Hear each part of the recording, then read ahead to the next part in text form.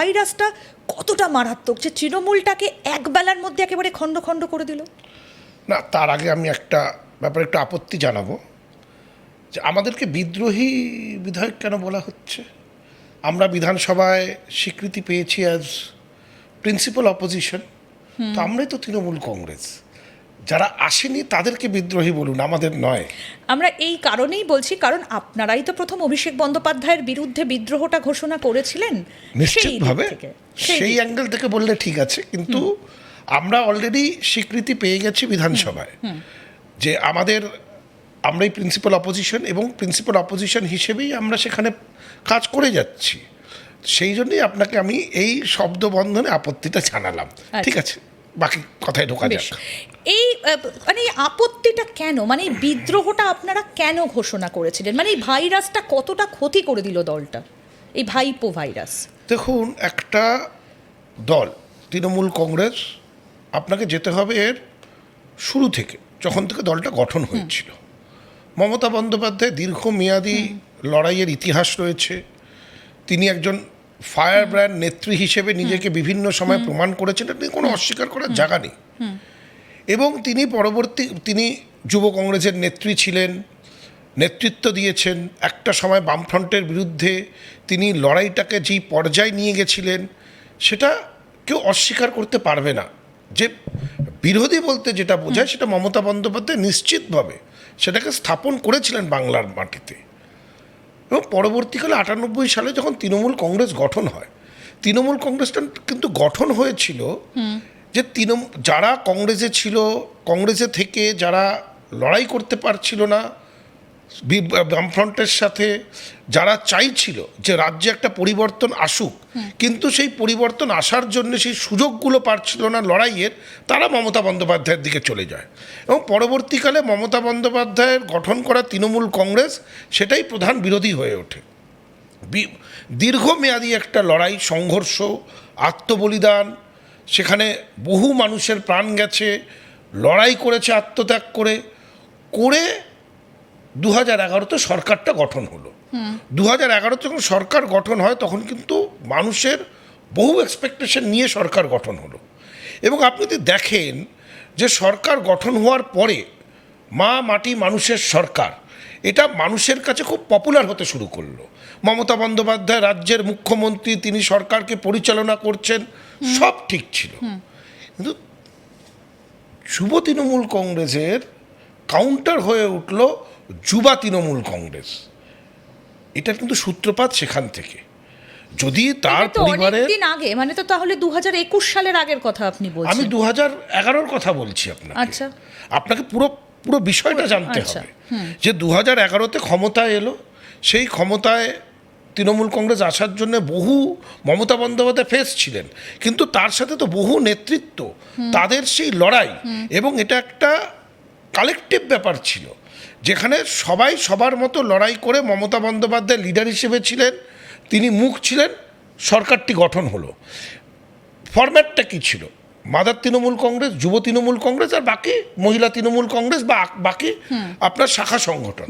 তো হঠাৎ করে এই যুবা তৃণমূল কংগ্রেস, এই সংগঠনটা কার জন্য করা হলো? করাই হয়েছিল অভিষেক বন্দ্যোপাধ্যায়কে রাজনীতিতে আনতে। তিনি রাজনীতিতে এমনিও আসতে পারতেন, যুব তৃণমূল কংগ্রেসে জয়েন করতে পারতেন, সেখানে একটা পদাধিকার হতে পারতেন, হয়ে সময়ের সাথে অভিজ্ঞতা অর্জন করে এগোতে পারতেন। কিন্তু না, একটা প্যারালাল টিম যেটা যুবা তৃণমূল কংগ্রেস, সেই যুবা তৃণমূল কংগ্রেসকে রাতারাতি দাঁড় করিয়ে দেওয়া হলো যুব তৃণমূল কংগ্রেসের প্যারালাল, যেটার দায়িত্বে তখন ছিলেন শুভেন্দু অধিকারী। সেটার দায়িত্বে ছিলেন এখন যিনি বর্তমান মাননীয় মুখ্যমন্ত্রী শুভেন্দু অধিকারী। সেইখানে একটা কাউন্টার শুরু হলো যে অভিষেক বন্দ্যোপাধ্যায়কে এস্টাবলিশ করতে হবে। দেখুন, কেউ এস্টাবলিশড হবে কি হবে না, আমার মনে হয় রাজনীতিতে এটা সবচেয়ে কঠিন বিষয়।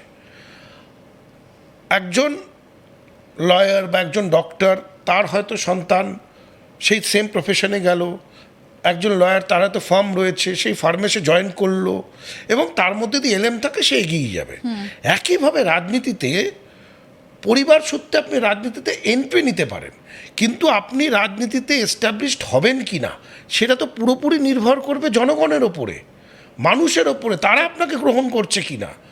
গ্রহণযোগ্যতা হচ্ছে আমার মনে হয় সবচেয়ে ইম্পর্টেন্ট বিষয়, গুরুত্বপূর্ণ বিষয় রাজনীতির ক্ষেত্রে।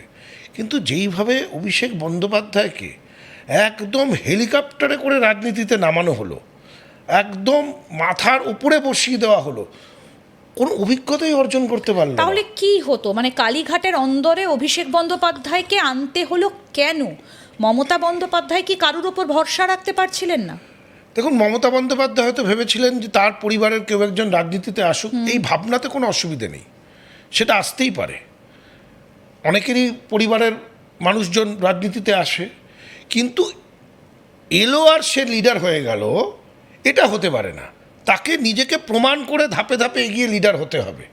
এবং আপনি দেখুন না, তৃণমূল কংগ্রেসটা অভিষেক বন্দ্যোপাধ্যায় যখন থেকে প্রাধান্য পেতে শুরু করলো, তৃণমূল কংগ্রেস যারা মমতা বন্দ্যোপাধ্যায়ের সাথে থেকে গঠন করলো, দাঁড় করালো, তারা সবাই ধীরে ধীরে সাইডলাইন হয়ে গেল। মুকুল রায় সরে যেতে হলো, শোভন চ্যাটার্জি সরে যেতে হলো। এরা তো একটা সময় তৃণমূল কংগ্রেসের পিলার বলা হতো।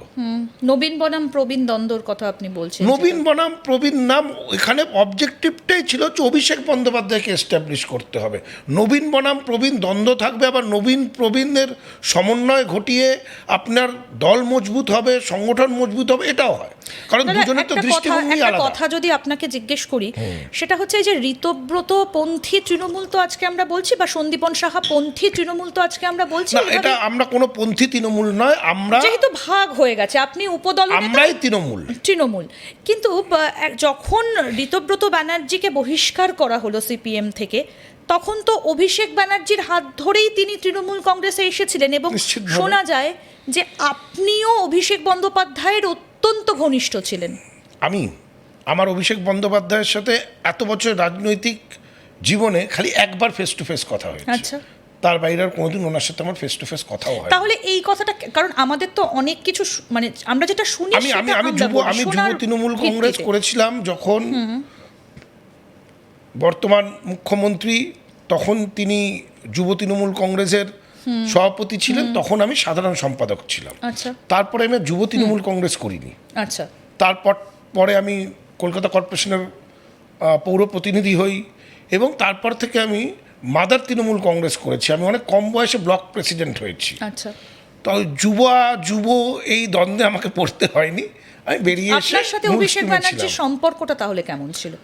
বললাম তো, একবার খালি কথা হয়েছে ফেস টু ফেস, এই এত বছর রাজনৈতিক জীবন একবার। আচ্ছা, তাকে তো আপনি, তার কাছে তো আপনি পৌঁছতেই পারবেন না। তার সাথে যে কথা বলবেন, কোনো আলোচনা করবেন, সেই পরিসরটা কোথায় ছিল? তিনি তার মতো করে একটা ডিস্টেন্স মেনটেন করে, নিজের চারিদিকে একটা বাউন্ডারি তৈরি করে, যেই বাউন্ডারিতে কারুর ঢোকার অধিকার নেই করে, তিনি তার লিডারশিপ কায়েম করছেন।